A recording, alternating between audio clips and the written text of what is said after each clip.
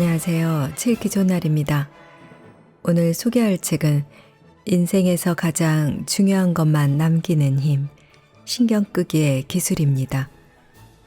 지은이는 마크 맨슨, 옮긴 이는 한재호, 발행은 갤리온입니다. 신경을 끈다는 것은 어떤 의미일까요? 저자가 말하는 신경 끄기란 무심함과는 다른데요.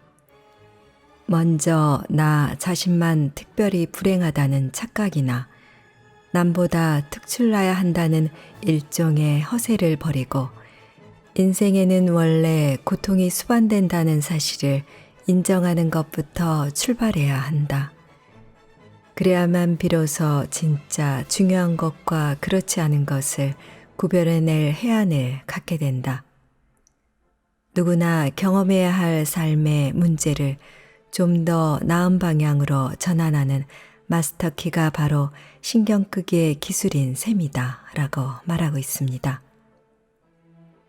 저자 마크 맨슨은 학창시절 마약 문제로 퇴학까지 당했던 문제아였고 대학 졸업 후에도 한동안 백수로 지내며 인생의 목표를 찾지 못했지만 현재는 180도 다른 인생을 살고 있습니다. 미국에서 가장 영향력 있는 파워블로거이자 스타트업 CEO로 성공가도를 달리고 있는 그가 실패를 두려워하지 말라고 조언합니다. 인간은 누구나 결국 죽으며 현재는 다시 돌아오지 않으므로 자기 파괴적인 이상이나 엉터리 가치에 집착하지 말고 현실적이고 의미 있는 자신만의 가치를 발견해야 한다는 것입니다. 이 책은 인생에서 중요하게 가져야 할 5가지 가치를 소개합니다. 당신의 삶에서 일어나는 모든 일에 책임을 질 것, 당신이 옳다는 믿음을 버릴 것, 실패를 두려워하지 말 것, 거절할 것, 그리고 언젠가 죽는다는 사실을 받아들일 것. 이 가치들을 가슴에 새긴다면 매일 조금씩 덜 틀린 사람으로 거듭날 수 있을 것입니다. 저자는 이 책을 통해 기존의 자기계발서를 뒤집는 신선한 패러다임을 선보이고 있습니다. 무조건 믿고 노력하는 것만으로 인생이 특별해지거나 행복해지는 것은 아니며 앞뒤 따지지 않는 긍정은 오히려 독이라는 것입니다. 때론 포기하고 내려놓고 더 적게 신경 써야만 인생에서 진짜 중요한 것들을 발견할 수 있기 때문입니다. 수많은 선택지와 기회비용 앞에서 가치관의 혼란을 겪는 현대인들에게 뜻밖의 깨달음을 주는 신경 끄기의 기술은 입소문을 타고 단숨에 아마존, 뉴욕타임스 베스트셀러 1위에 올랐으며 CNN, 타임 등 수많은 언론들의 극찬을 받았습니다. 자, 그럼 지금부터 잠시 책 속으로 들어가 보겠습니다. 오늘도 책 읽기 좋은 날과 함께 즐거운 시간 되세요. 구독, 좋아요, 알림 설정은 사랑입니다. 잊지 마세요.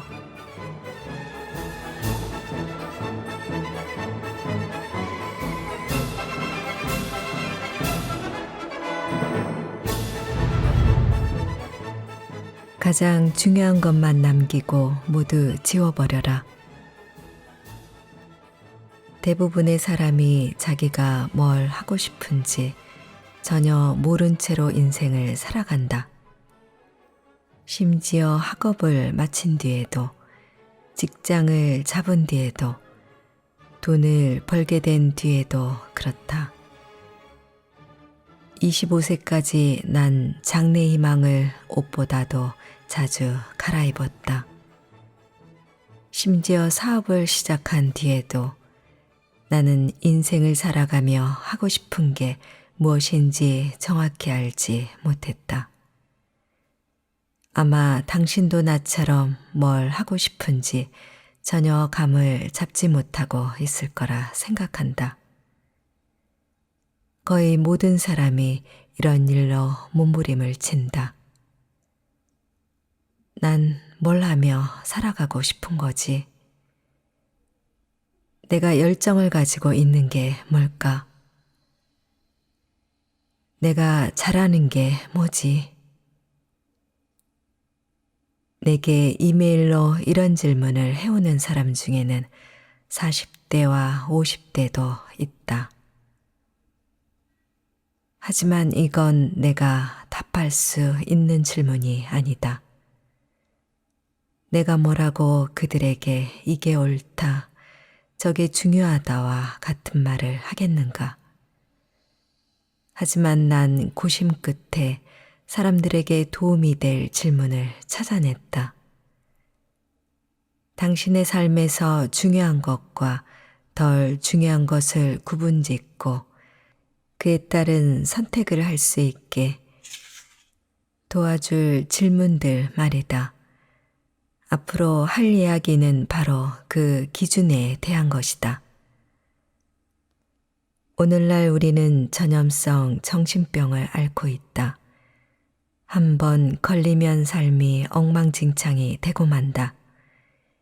이 병에 걸리면 사람은 누구나 실수를 하고 조금 실패해도 괜찮다는 사실을 절대 깨닫지 못한다.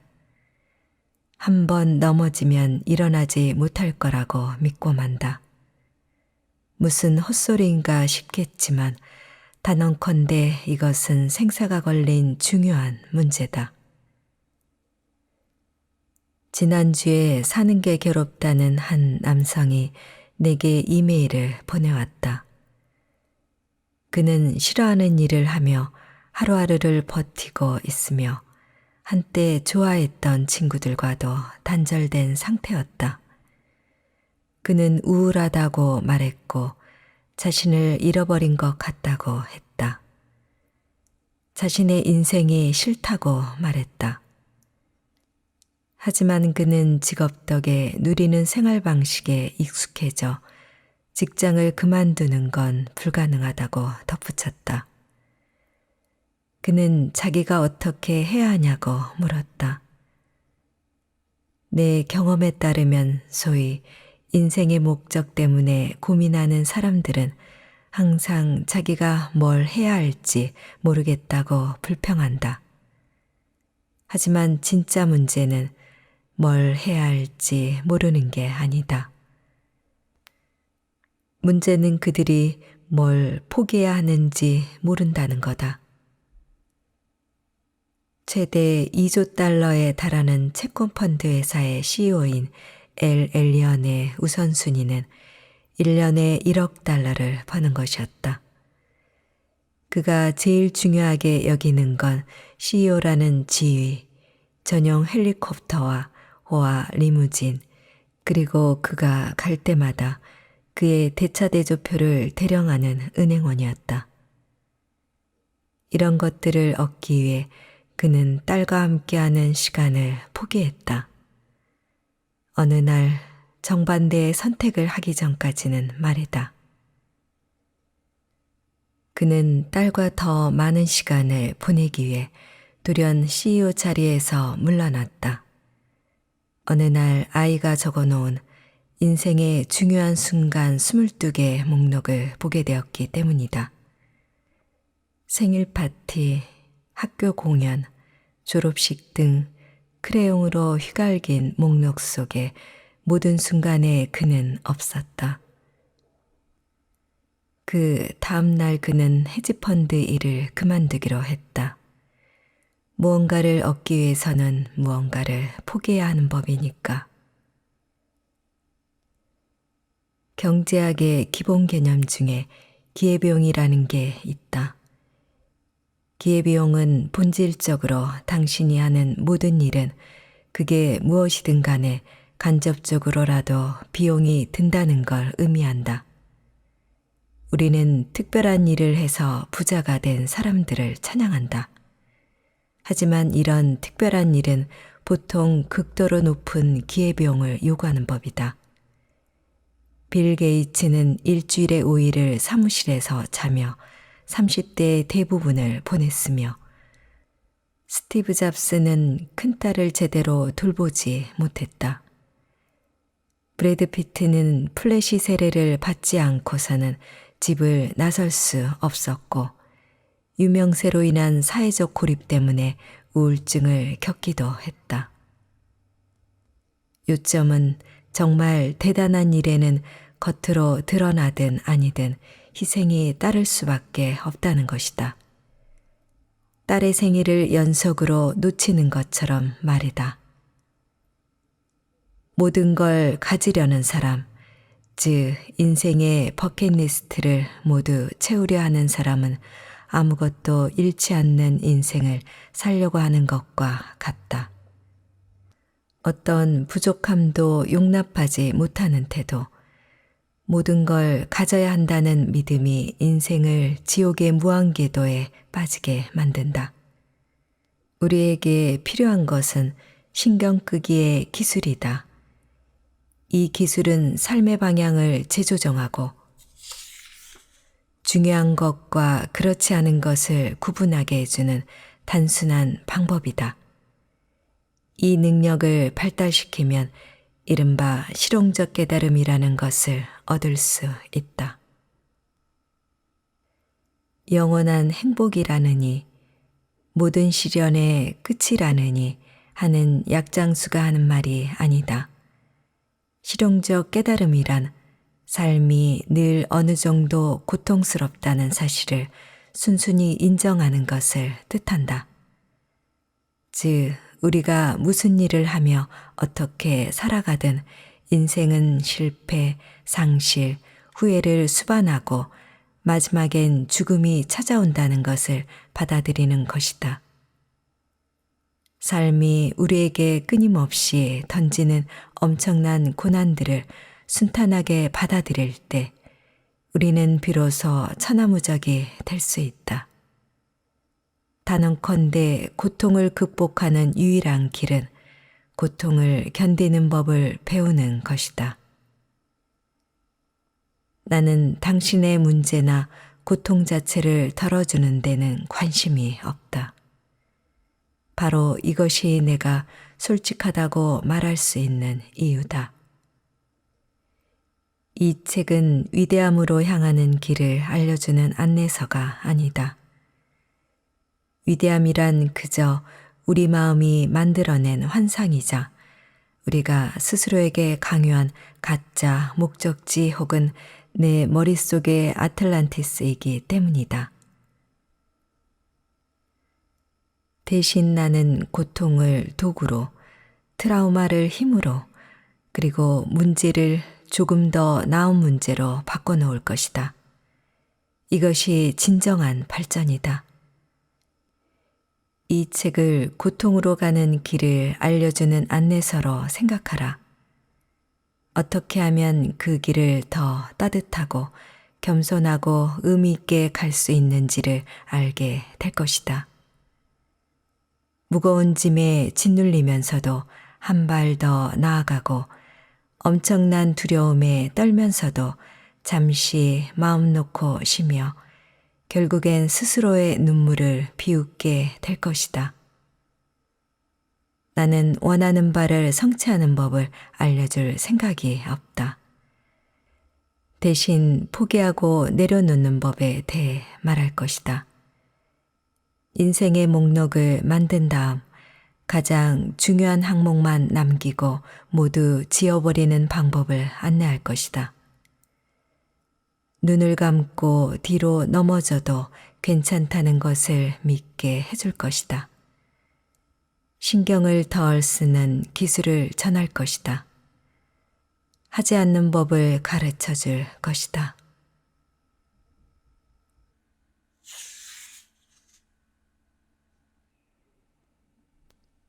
인생의 터닝 포인트, 신경 끄기의 기술. 대부분의 사람들은 신경 끄기라는 말이 어떤 일이 있어도 태연하고 무심한 태도, 즉 폭풍이 닥쳐도 견뎌내는 고요한 자세 따위라고 생각한다. 이들이 상상하고 열망하는 건 어떤 일에도 흔들림 없으며 누구에게도 굴복하지 않는 인간상이다.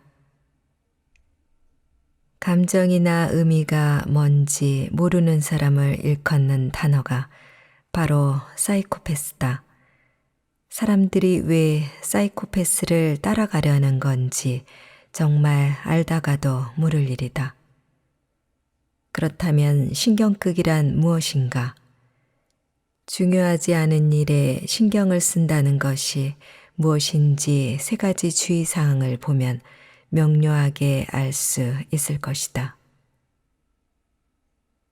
1. 신경 끄기는 무심함이 아니다. 다름을 받아들이는 것이다. 분명히 하자. 무심함에 감탄할 이유는 하나도 없다. 무심함은 자랑거리가 아니다. 무심한 사람은 나약한 겁쟁이다. 이들은 방 귀신의 인터넷 악플러다. 사실 무심한 사람은 너무 많은 일에 신경이 쓰여서 무심한 척하는 것 뿐이다. 이들은 자기 머리를 다른 사람이 어떻게 생각할지 신경 쓰여서 머리를 안 감거나 안 빗는다. 자기 생각을 다른 사람이 어떻게 평가할지 신경 쓰여서 냉소와 독설디로 숨는다. 다른 사람과 가까워지는 걸 두려워한 나머지 자신을 세상 어느 누구도 이해하지 못할 문제를 가진 특별하고 유별난 유리 같은 존재로 상상한다.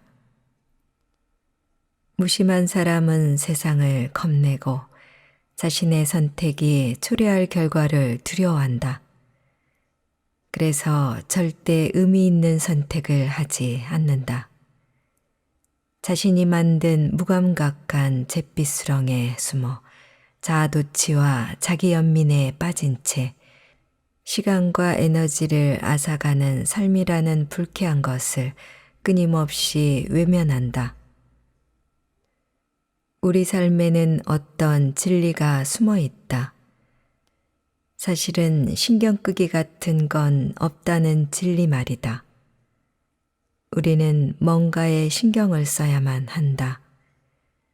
우리는 생물학적으로 늘 뭔가의 주의를 기울게 만들어졌기 때문에 자연히 늘 신경을 쓰게 된다. 그렇다면 여기서 중요한 질문은 이것이다. 무엇에 신경 쓸 것인가? 신경 쓸 대상으로 무엇을 선택할 것인가? 근본적으로 중요하지 않은 것에 신경을 끄려면 어떻게 해야 하는가? 얼마 전 우리 어머니는 친한 친구한테 큰돈을 뜯겼다. 내가 무심한 사람이었다면 어깨를 한번 으쓱한 뒤 모카 커피를 홀짝이며 더 와이어의 다음 시즌을 다운로드했을 것이다. 미안해요, 엄마. 하지만 그 대신 난 분노했다. 머리끝까지 화가 나서 말했다. 안 돼요. 그건 아니죠, 엄마. 우리 변호사를 구해서 그놈한테 쫓아가요. 왜냐고요? 난 신경 안 쓰니까요. 놈을 가만두지 않을 거예요. 이것은 신경 끄기 주의사항 1번이 무슨 뜻인지 분명히 보여준다.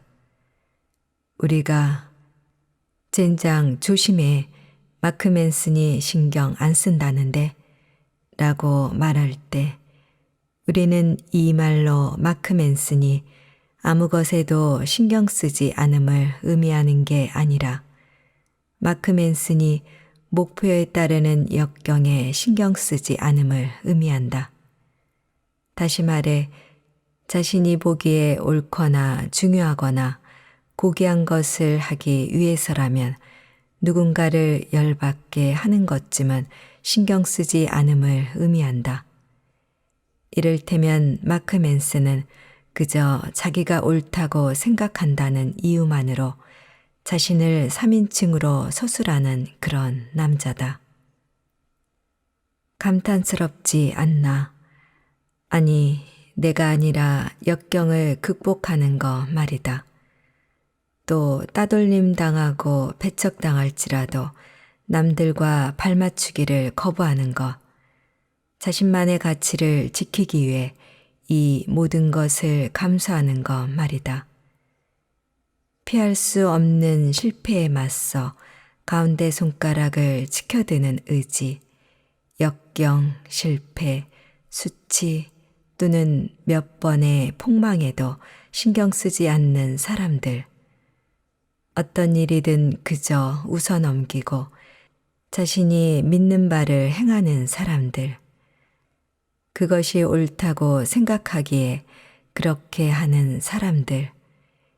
이들은 이것이 자신보다 중요하고 자신의 느낌과 자존심과 자아보다 중요하다는 걸 안다. 인생에서 마주하는 모든 것이 아닌 중요하지 않은 모든 것을 향해 꺼져라고 말한다. 진짜로 중요한 것에 쓰기 위한 신경을 따로 남겨놓는다. 친구, 가족, 목표, 퇴근 후 마시는 맥주 한 잔, 그리고 혹시 모를 소송을 위해 이렇게 중요한 것만을 위한 신경을 남겨놓았기 때문에 그것들에 신경을 쏟을 수 있다. 삶에는 또 다른 진리가 숨어 있다. 바로 사람들의 웃음거리나 골칫거리가 되지 않고서는 다른 사람의 인생을 바꿀 만큼 중요한 존재가 될 수 없다는 것 말이다. 그럴 수가 없다. 왜냐하면 우리에게 고난이 부족할 일은 없기 때문이다. 그럴 일은 없다. 옛말에 내가 어디로 가든 그곳에 내가 있다라고 했다. 고난과 실패도 그렇다. 당신이 어디로 가든 그곳에 200kg짜리 똥덩어리가 당신을 기다리고 있다. 하지만 괜찮다. 중요한 건 똥덩어리에 도망치는 게 아니다. 당신이 기꺼이 받아들일 수 있는 똥덩어리를 찾는 게 중요하다. 2. 고난에 신경 쓰지 않으려면 그보다 중요한 무언가에 신경을 쓰라. 마트에 갔는데 어떤 할머니가 30센트 쿠폰을 왜 안 받느냐며 계산원에게 고래고래 소리 지르는 광경을 본 적이 있다. 이 할머니는 왜 고작 30센트에 그렇게 신경을 쓰는 걸까? 내가 이유를 말해주겠다. 이 할머니는 집에 앉아서 쿠폰 자르는 일이 유일한 낙일 것이다. 할머니는 늙었고 외롭다. 자식놈들은 한번 들여다보는 법이 없다. 30년 넘게 데이트도 못했다. 방귀 낄 때마다 허리가 끊어지는 듯하다. 연금은 끊기기 직전이다. 할머니는 기저귀를 찬 채 자기가 원더랜드에 있다고 믿으며 숨을 거둘 것이다. 그래서 가위로 쿠폰을 싹둑싹둑 자른다. 그게 할머니의 전부다.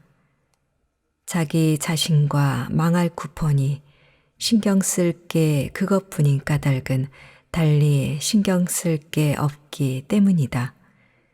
그러니 17살 먹은 여드름 투성이 계산원이 쿠폰을 물리칠 때 당연히 할머니는 폭발하게 되는 거다.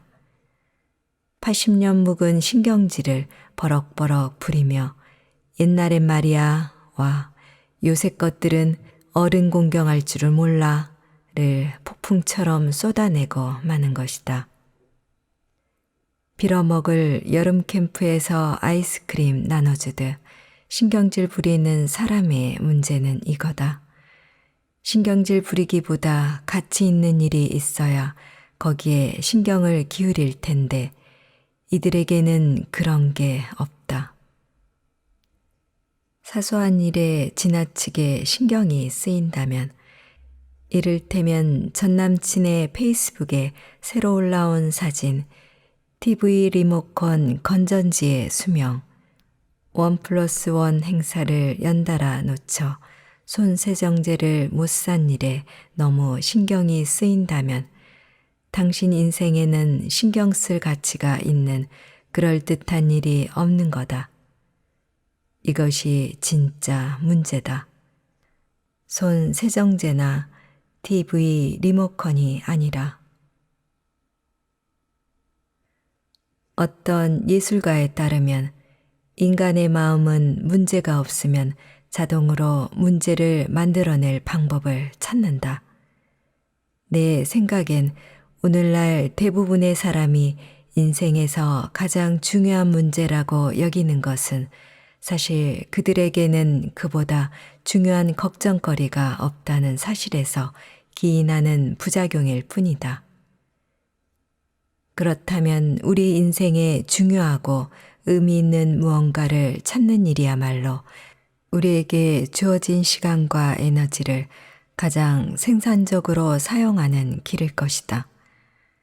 진정으로 의미 있는 것을 찾지 않는다면 무의미하고 하찮은 것에 신경이 쏠릴 테니까 말이다. 3. 알게 모르게 우리는 항상 신경 쓸 무언가를 선택한다. 신경 끄기는 인간의 본성이 아니다. 사실 인간은 본성상 과도하게 신경을 쓰게 돼 있다. 풍선이 파란색이 아니라 하늘색이라는 이유로 눈이 퉁퉁 붓도록 우는 아이를 본 적 있나? 하여간 꼬맹이들이란 어린 시절에는 모든 게 새롭고 신난다. 그리고 모든 게 굉장히 중요해 보인다. 그래서 신경을 엄청 쓴다. 모든 것과 모든 사람에게 신경을 쓴다.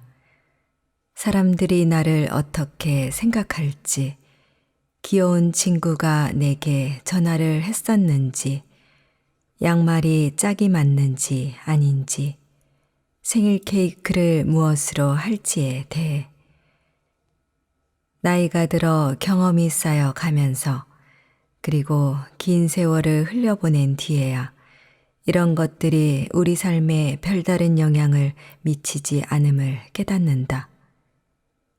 예전에 귀담아 들었던 조언이 이제는 기억도 나지 않는다. 당시에는 고통을 안겨줬던 거절이 결국엔 오히려 좋은 결과로 이어진다. 사람들은 내 일거수일투족 따위엔 관심 없다는 사실을 깨닫고 그것들에 집착하기를 그만둔다.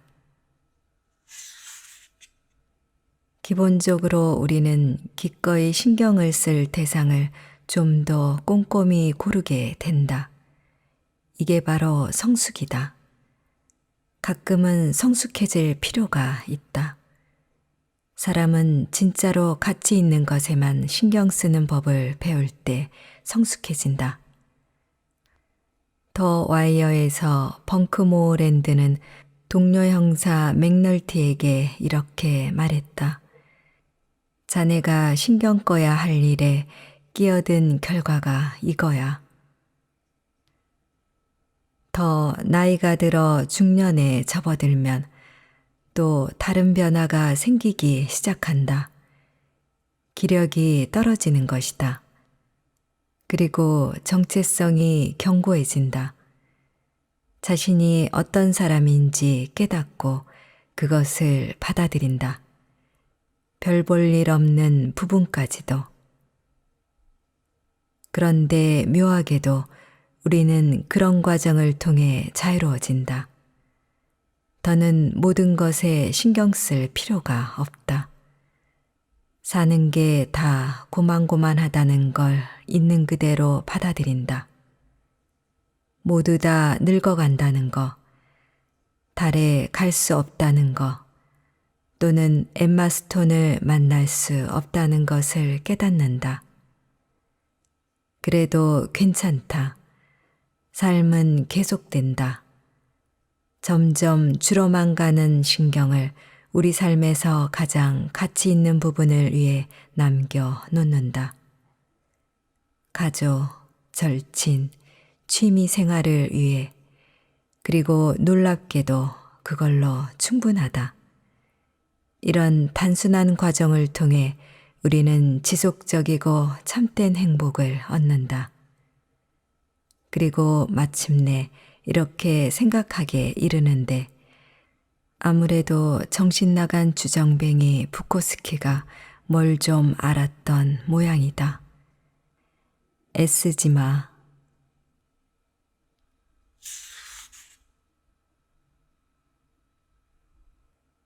우리의 인생을 결정짓는 두 가지 질문. 당신은 인생이 어땠으면 하는가라는 질문에 당신이 단란한 가정을 이루고 좋아하는 일을 하며 행복하게 살고 싶다라고 말한다면 이보다 더 뻔한 대답은 없을 것이다. 누구나 좋은 걸 좋아한다. 근심 걱정 없이 행복하고 쉽게 살기를 원한다.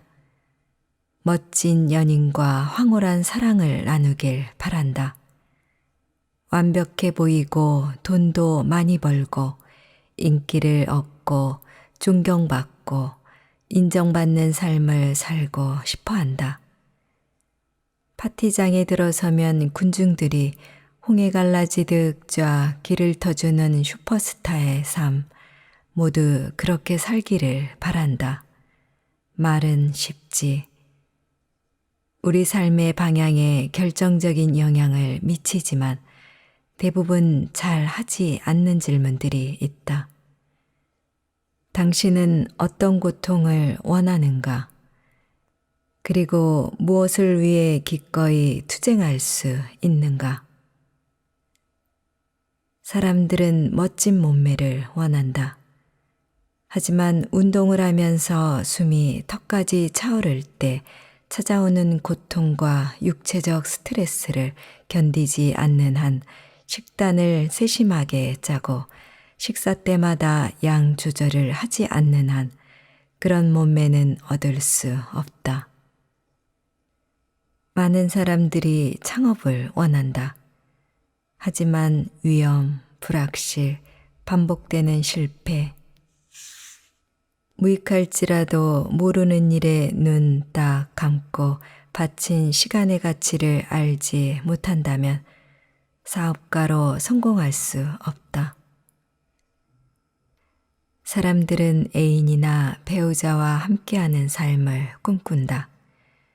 하지만 거절을 견뎌낼 때 느끼는 괴로움, 발산하지 못하고 쌓여만 가는 성적 긴장감, 얽어진 눈으로 종일 바라봐도 도무지 울릴 생각을 안 하는 전화기를 받아들이지 않는다면 멋진 누군가의 마음을 사로잡을 수는 없다. 이런 것들은 사랑이라는 게임의 일부다. 게임을 하지 않으면 이길 수도 없다. 또 많은 이들이 시내가 한눈에 내려다 보이는 널찍한 사무실과 배 한 척을 가득 채울 만큼의 어마어마한 돈을 원한다. 하지만 끝없이 펼쳐진 파티션 지옥을 탈출하기 위해 주 60시간의 노동, 장거리 통근, 역겨운 문서 작업, 수직적인 기업 문화를 기꺼이 감내하려는 사람은 드물다. 환상적인 섹스와 원만한 관계를 원하는 사람들은 많지만 그를 위해 골치 아픈 대화, 어색한 침묵, 마음의 상처, 감정을 드러내는 심리극을 감수하는 사람은 많지 않다. 그래서 멈춘다. 멈춰서서 고민한다. 이렇게 하면 어떨까 묻고 또 묻는다. 다른 사람을 찾아볼까? 라는 질문이 떠오를 때까지 말이다. 결국 극단의 관계로 치닫고 이혼 소송에 이르게 될 때쯤 스멀스멀 올라오는 생각. 내가 왜 이러고 있지? 생활 수준과 삶에 대한 기대치를 20년 전으로 되돌리기 위해서가 아니라면 대체 왜? 왜냐면 행복에는 투쟁이 따르기 때문이다. 행복은 문제를 먹고 자란다. 기쁨은 땅에서 데이지가 솟아나고 하늘에서 무지개가 피어나듯 저절로 생기는 게 아니다. 인생의 진정한 의미와 성취감은 자신만의 투쟁을 선택해 감내함으로써 얻어야 한다. 당신에게 고통을 주는 것이 불안이나 외로움 또는 강박장애건 아니면 매일 당신이 깨어있는 시간의 절반을 엉망으로 만드는 상사건 간에 해법은 그런 부정적인 경험을 받아들여 적극적으로 대처하는 것이다. 피하거나 구원을 바라서는 안 된다.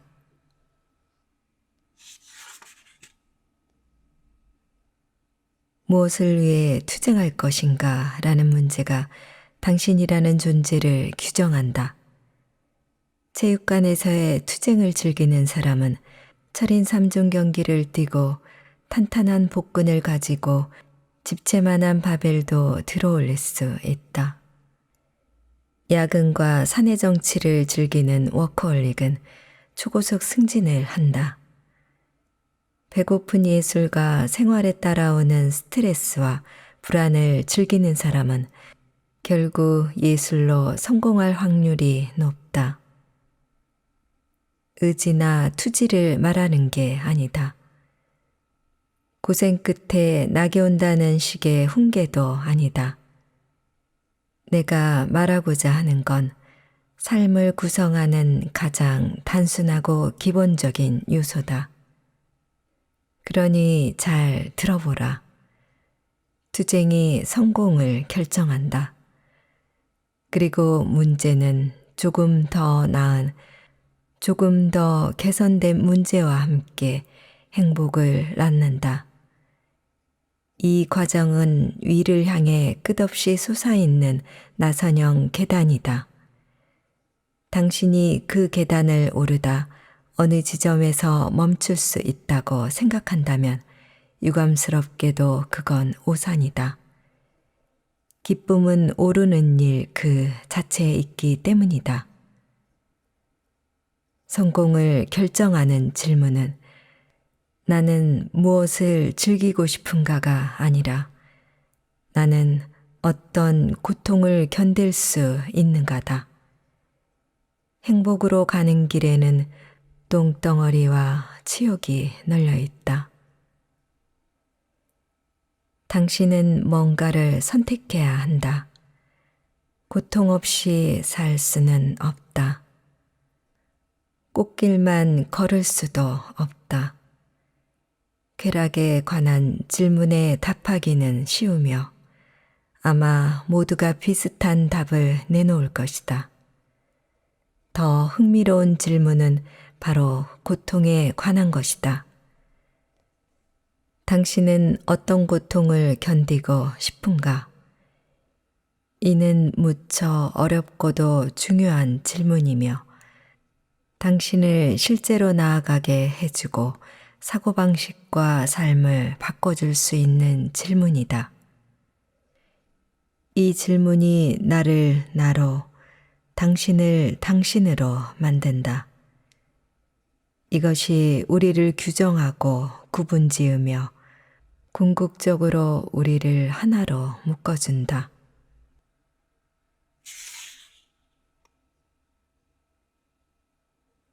선택지가 많을수록 더 필요한 기술. 현대 소비 문화는 우리가 더 많은 걸 원하게 만드는데 선수다.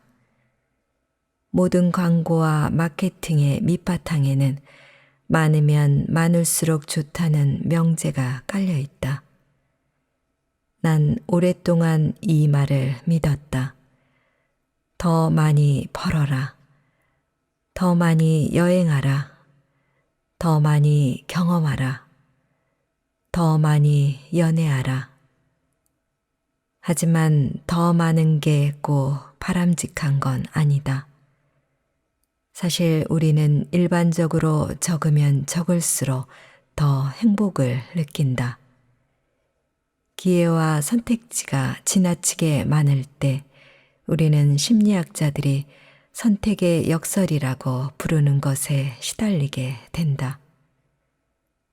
우리는 선택지가 많을수록 어떤 선택을 하든 덜 만족하게 되는데 그 까닭은 하나를 선택함으로써 포기해야 하는 다른 모든 선택지에 신경이 쓰이기 때문이다. 가령 집을 구입할 때 두 채 중에서 하나를 고른다면 거리낌 없이 내 선택이 옳다고 확신하고 자신의 결정에 만족할 것이다. 하지만 28채 중에서 하나를 고른다면 선택의 역설을 경험하게 될 것이다. 오랫동안 고민하고 의심하고 자책하게 될 것이다. 내가 정말로 옳은 결정을 한 것인지, 내가 정말로 나의 만족감을 극대화한 것인지 계속 묻게 될 것이다. 그리고 이러한 확신과 완벽, 성공을 향한 욕구와 불안 때문에 불행을 맛보게 될 것이다. 그러면 어떻게 해야 할까? 난 예전에 선택이라면 무조건 피하고 봤다. 내 목표는 최대한 선택지를 펼쳐진 그대로 두는 것이었다. 난 선택과 집중을 피했다. 아마 지금 당신이 그러고 있을 것이다. 한 사람, 한 장소, 한 직업, 한 활동에 몰입하면 폭넓은 경험을 할 수 없다. 반면에 폭넓은 경험을 추구하면 깊이 있는 경험을 할 기회를 잃는다. 한 장소에서 5년 동안 살 때, 한 사람과 10년을 함께 할 때, 한 기술을 반평생 동안 갈고 닦을 때, 오직 그럴 때만 얻을 수 있는 경험이 있다. 난 30대에 이르러서야 다른 어떤 여행이나 활동으로도 얻을 수 없는 오직 이런 선택을 통해서만 얻을 수 있는 기회와 경험이 많다는 걸 알게 되었다. 폭넓은 경험을 추구하면 새로운 사람이나 사물, 새로운 사건을 하나씩 접할 때마다 얻는 것이 줄어든다. 처음으로 집을 떠나 다른 나라를 방문하면 세상을 보는 눈이 확 바뀌는데 그건 기존의 관점이 좁은 경험을 바탕으로 하기 때문이다. 하지만 20개국을 돌아다니고 나면 21번째 나라에서 얻을 수 있는 것이 줄어든다. 또 50개국을 돌아다니고 나서 51번째 나라를 갔을 때 얻을 수 있는 건 그보다 훨씬 더 적어진다. 돈, 취미, 직업, 친구, 연애나 섹스 상대를 비롯해 사람들이 스스로 선택하는 모든 변변찮고 피상적인 가치가 이와 마찬가지다. 나이가 들어 경험이 쌓일수록 새로운 경험이 우리에게 미치는 영향력은 감소한다. 난 처음으로 파티에 가서 술을 마셨던 날 짜릿함을 느꼈다. 100번째는 재미있었다. 500번째는 그냥 평범한 주말 느낌이었다. 천번째는 지루하고 시시했다. 지난 몇 년 동안 내 개인사에서 가장 큰 사건을 꼽으라면 몰입을 선택한 것을 들 수 있다. 난 내 인생 최고의 사람들과 경험, 가치를 제외한 나머지 것은 전부 거부하기로 했다. 사업 계획을 전부 접고 글쓰기에만 집중했다. 그 뒤로 내 홈페이지는 그전까지는 상상하지도 못했던 인기를 얻었다. 오랫동안 한 여성에게 헌신하자 놀랍게도 어떤 단기적 만남에서도 얻을 수 없었던 값진 보상을 받게 되었다. 한 지역에 정착하자 소중하고 진실하며 건전한 친구 몇몇에게 전념하게 되었다. 직관에 완전히 반하는 내 발견은 몰입 안에 자유와 해방이 있다는 것이다. 내게 정말로 중요한 것을 선택해 집중하고 정신사납게 하는 온갖 대안을 거부함으로써 난 더 많은 기회와 더 좋은 것을 얻었다. 몰입할 때 자유를 얻는 까닭은 더는 사소하고 하찮은 일에 흔들리지 않게 되기 때문이다. 몰입하면 자유로운 까닭은 중요한 일에 집중해 정신을 가다듬는 게 건강과 행복으로 가는 지름길이기 때문이다. 몰입하면 결정을 내리기 쉬워지고 좋은 것을 놓칠지 모른다는 두려움을 떨칠 수 있다. 지금 내게 있는 게 충분히 좋다는 걸 안다면 무엇 때문에 마냥 더 좋은 것을 쫓아다니느라 스트레스를 받겠는가? 몰입하면 아주 중요한 몇 가지 목표에 집중할 수 있고 이를 통해 다른 방법으로는 얻을 수 없는 대단한 성공을 이뤄낼 수 있다. 이처럼 대안을 거부할 때 우리는 자유를 얻는다.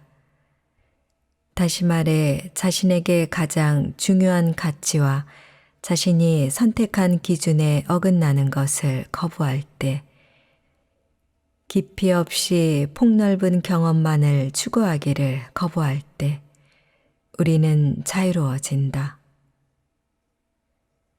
그래, 어린 시절에는 경험의 폭을 넓히는 게 바람직하다. 아마 필수라 해도 좋을 거다. 결국엔 세상을 폭넓게 경험하면서 내 모든 걸 바칠 만큼 가치 있는 게 무엇인지 알아내야 한다. 하지만 황금이 묻혀 있는 곳은 깊다. 뭔가에 끊임없이 몰입해 깊이 파고들어 그걸 캐내야 한다. 관계, 직업, 훌륭한 생활 방식을 만들기를 비롯한 모든 일에서 마찬가지다.